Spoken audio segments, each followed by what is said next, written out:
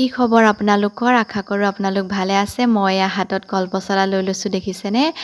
আৰু এই কলপচলা খাই আপোনালোকে কোনে কোনে ভাল পায় বাৰু? আমি কিন্তু বহুত ভাল পাওঁ। সেইটো কাৰণে মাজে সময়ে এনেদৰে কলপচলা খাই থাকোঁ।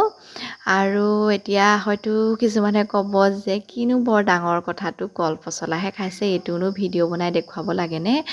কিন্তু এই কলপচলাৰ পৰা আমাৰ বহুতো উপকাৰিতা আছে, বিশেষকৈ আইৰণ, কেলছিয়াম আৰু লগতে আমাৰ কিডনীৰ ফাংচনসমূহো ঠিক কৰি ৰাখে। আৰু যিসকলৰ ইউৰিক এচিড থকা সকলেও এই কলপচলা খাব পাৰে। কলপচলা খালে ইউৰিক এচিডো ভাল হয়। এয়া দেখিছেনে, মই সৰু সৰুকৈ কাটি লৈছোঁ।